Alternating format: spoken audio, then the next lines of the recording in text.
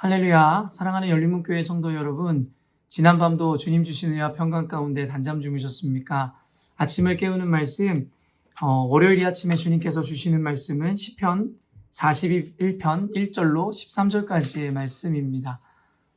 지난주까지는 베드로후서 말씀을 보다가 이번 주부터 이제 시편 말씀으로 우리가 다시 돌아와 또 하나님의 말씀을 우리가 보게 되었는데요. 오늘 이 시편 본문 말씀을 통해서도 하나님께서 저와 여러분의 삶 가운데 놀라운 또한 은혜 그리고 삶의 기준들을 세워주셨으면 좋겠습니다. 오늘 본문에 대해서 이 매일 성경의 이 해설자는 병상의 기도라는 제목을 붙였는데요. 말 그대로 이 시편의 기자가 오늘 이 병상 중에 그리고 어떤 아픔 가운데 있음을 보여주고 있는 제목인 것 같습니다. 그래서 저는 오늘의 이 본문에 대한 제목이 이 병상의 기도, 그래서 그의 병 들어있고 그거에서 단순히 나음을 입는 것에 대해서 좀 포커스를 맞추기보다는요. 오늘은 선한 자들과 악한 자들 그리고 하나님의 사람과 그렇지 못한 이들에 대한 대조와 비교를 통해서 하나님께서 기뻐하시는 삶이란 또한 하나님께서 응답하시고 은혜를 허락하시는 삶이란 어떤 삶인지에 대해서 좀 우리가 함께 나눠봤으면 좋겠다라는 생각이 들었습니다. 아까도 여러분과 나누었지만 오늘은 악인과 의인에 대한 분명한 이 대조를 이루고 있는 본문이라 저는 생각되어집니다. 다윗, 이 시편의 오늘 본문의 기자가 다윗인데요. 어떤 이유에서인지 지금 다윗은 굉장히 중한 병에 걸려 있는 것 같습니다. 그런데 그가 병상 중에서 하나님 앞에 기도하고 노래하는 이 내용을 보면 참 재미있는 내용들의 대조가 나오는데요. 먼저 1절을 보면 가난한 자를 보살피는 자에게는 복이 있으며 재앙의 날에 여호와께서 그를 건지시리로다. 말 그대로 여호와께서 건져주시는 자, 도와주는 자, 다른 말로는 의롭고 선한 자의 삶이 어떤 자입니까? 가난한 자를 보살펴주고 그리고 병이 든 자를 위해서 기도하는 자, 그들에게 하나님의 복이 있으며 그들이 또한 재앙을 당할 때에 하나님께서 그들을 건져주실 것이라 이야기합니다. 2절에 여호와께서 그를 지키사 살게 하시리니 그가 이 세상에서 복을 받을 것이라. 주여 그를 그 원수들의 뜻에 맡기지 마소서.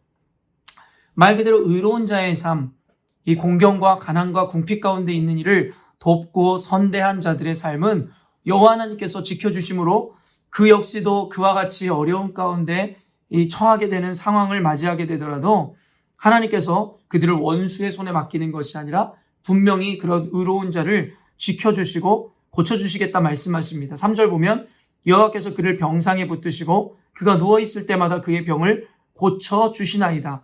도리어 남을 위해서 긍휼을 베풀고 그를 사랑으로 돌본 자들의 삶을 하나님도 이제는 그 사랑을 베푼 자가 병에 걸리거나 공경에 처하면 구해주고 고쳐주겠다 이야기합니다. 그러면서 다윗이 이야기하는 것이 4절에 내가 말하기를 여호와여 내게 은혜를 베푸소서 내가 주께 범죄하였사오니 나를 고치소서 하였나이다. 어쩌면은 이러한 고백을 하는 다윗이 지금은 이젠 본인이 병상에 누워 하나님의 도우심을 구하고 있는 자리에 있음을 보여주는 것이고 그 이전에 그의 고백을 살펴보면 다윗은 늘 가난한 자를 보살피는 자 그리고 공경에 처한 자들을 돕는 자였음을 알게 됩니다. 그러므로 그러한 이들을 돌보시고 치유하시는 주님께서 지금 내가 병에 걸렸사오니 하나님께서 그 약속에 응답을 보여달라고 하나님께 간구하고 있는 것입니다. 그러면서 5절부터는 이 의롭고 선한 자들과 대조되는 자들이 나오는데 바로 원수들입니다. 5절 보면 나의 원수가 내게 대하여 악담하기를 그가 어느 때에나 죽고 그의 이름이 언제나 없어질까 하며 6절 나를 보러 와서는 거짓을 말하고 그의 중심에 악을 쌓았다가 나가서는 이를 널리 선포하오며 7절에 나를 미워하는 자가 다 하나같이 내게 대하여 수군거리고 나를 해하려고 꾀하며 이르기를 악한 병이 그에게 들었으니 이제 그가 눕고 다시 일어나지 못하리라 하오며. 여러분, 아까 말한 선한 자와 악인의 대조가 이렇습니다. 다윗이 지금 병상에 누워 공경에 처해 있을 때 그의 친구랍시고 찾아온 악인들은 무엇라고 이야기합니까? 그를 보러 와서는, 결국 병문안 와서는 거짓말을 하고 도리어 그 앞에서는 그렇지 않은 척 하다가도 뒤로 돌아가서는 그를 저주하고 비난하고 욕하며 그것을 만천하에 널리 선포하더라는 것입니다. 말 그대로 아까 의로운 자는 공경과 궁핍에 처한 자들을 위해서 중보해주고 위로해주고 격려를 해주었지만 지금 나오는 이 원수들은 도리어 겉으로는 그를 위로하고 격려하기 위해 찾은 것 같으나 속으로는 그를 욕하고 비난하며 주변 사람들에게마저도 수군거리고 그가 결국에는 악을 행하였기 때문에 이런 죽을 병이 걸렸노라고 결국에는 조롱하기 시작하더라는 것입니다. 결국에는 여러분, 오늘의 말씀은 단순하게 우리는 지금 과연 의로운 자, 구원을 얻을 자, 아니면 악한 자, 멸망을 받는 자, 어떤 자의 자리에서 살아가고 어떠한 자의 태도를 취하고 있는지에 대해서 묻고 있는 것입니다. 사랑하는 성도 여러분, 우리 주변에는 어렵고 힘든 이들이 많습니다.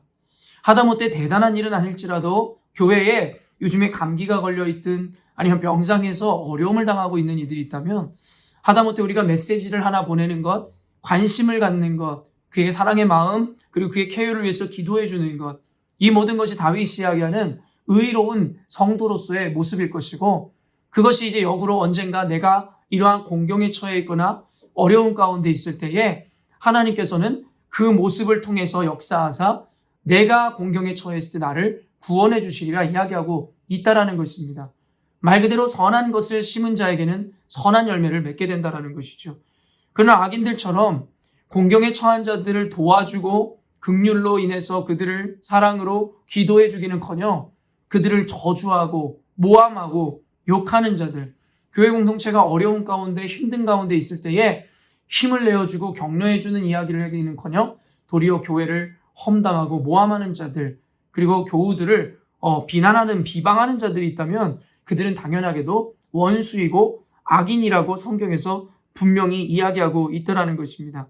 그러면서 뭐래요? 10절에 9절 말씀에 내가 신뢰하여 내 떡을 나눠 먹던 나의 가까운 친구도 나를 대적하여 그의 발꿈치를 들었나이다.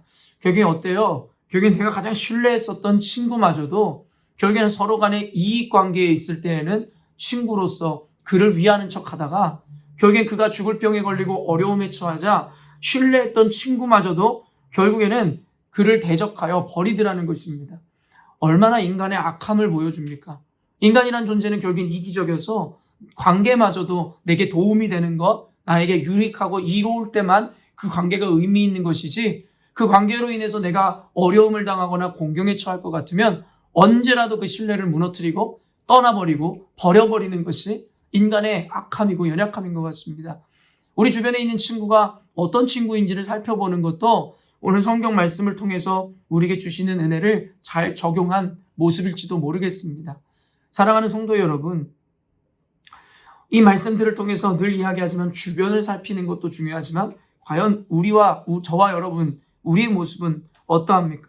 이런 악인들은 10절에 그러하오나 주 여호와여 내게 은혜를 베푸시고 나를 일으키사 내가 그들에게 보응하게 하소서.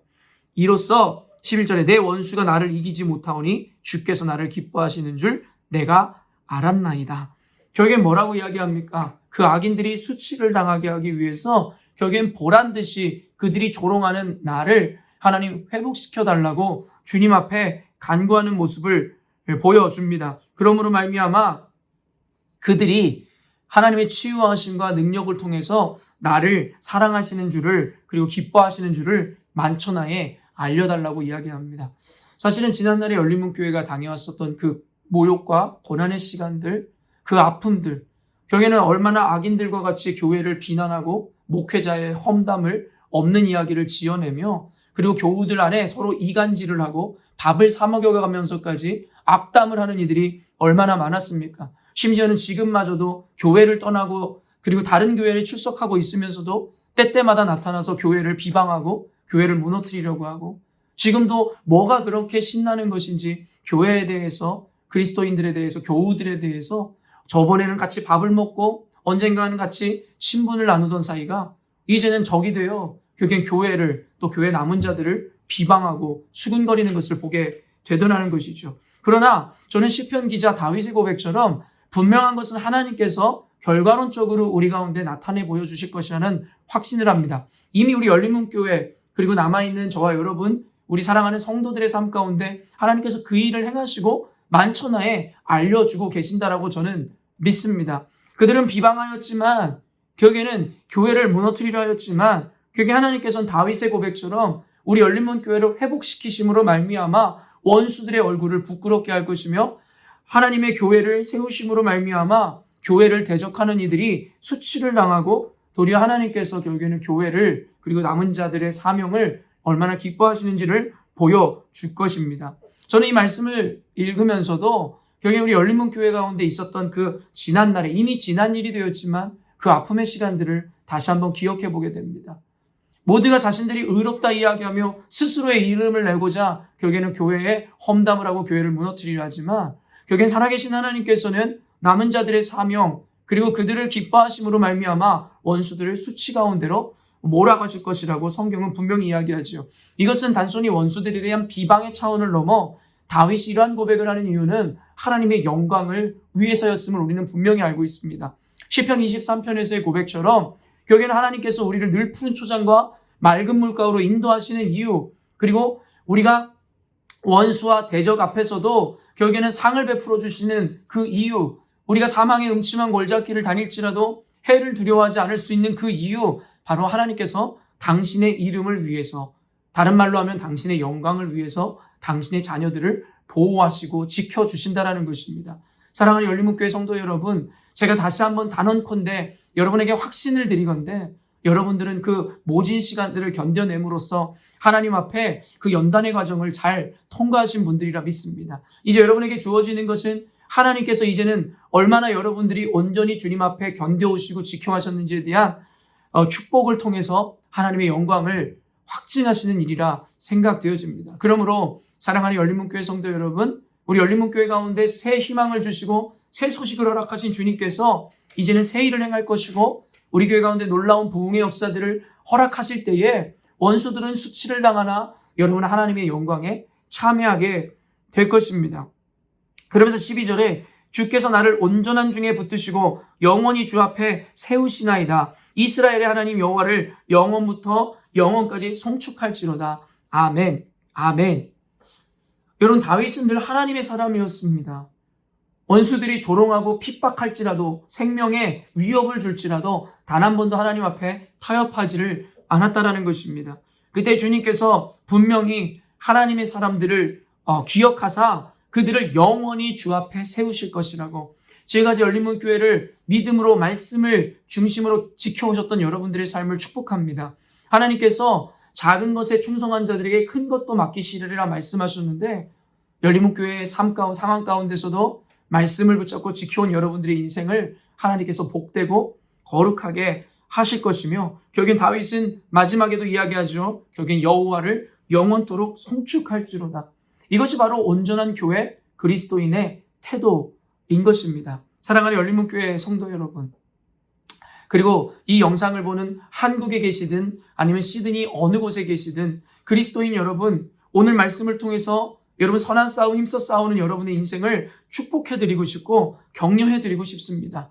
때로는 세상이 이해하지 못한다 할지라도, 그리고 여러분들을 비난하고 조롱한다 할지라도 그것으로 인해서 여러분이 붙잡고 있는 말씀에 대한 확신을 놓치지 마십시오. 혹이나 이 영상을 이 시드니에 있는 교회든 한국에 있는 교회의 어떤 목회자분들, 또한 이런 어려움을 겪고 있는 목회자분들이 들으신다면 목회자분들을 격려해드리고 싶고 응원해드리고 싶습니다. 끝까지 말씀을 다른 어떤 것과도 타협하지 마십시오. 그러면 다윗과 같이 하나님께서는 끝끝내 말씀을 지켜낸 자들의 인생을 높이 들어 세우실 것이고, 결국에는 순간은 득세하고 유리해 보이나 결국엔 하나님의 말씀과 교회를 조롱한 이들의 삶을 하나님께서는 분명히 땅으로 끌어내리실 것입니다. 이것이 바로 성경에서 우리에게 가르치는 선과 악이며 의로운 자와 악인들에 대한 결과이고 결말인 것입니다.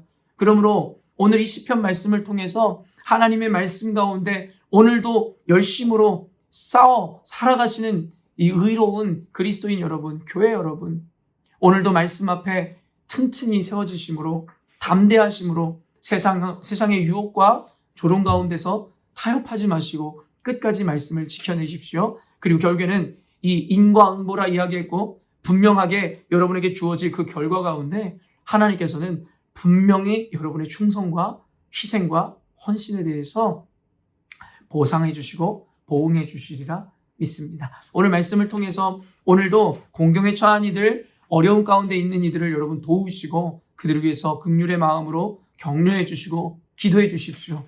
여러분, 이유 없고 근거 없는 비방과 비난으로 하나님의 사람들을 비방하지 마시고 공경에 처해 있는 이들을 공격하지 마시고 여러분 모두가 하나님 앞에서 다윗과 같은 태도를 취함으로 말미암아 하나님의 도우심의 은혜와 역사를 늘 경험하시고 하나님 앞에 늘 형통과 영광의 삶을 살아내시기를 주님의 이름으로 축원합니다. 함께 기도하겠습니다.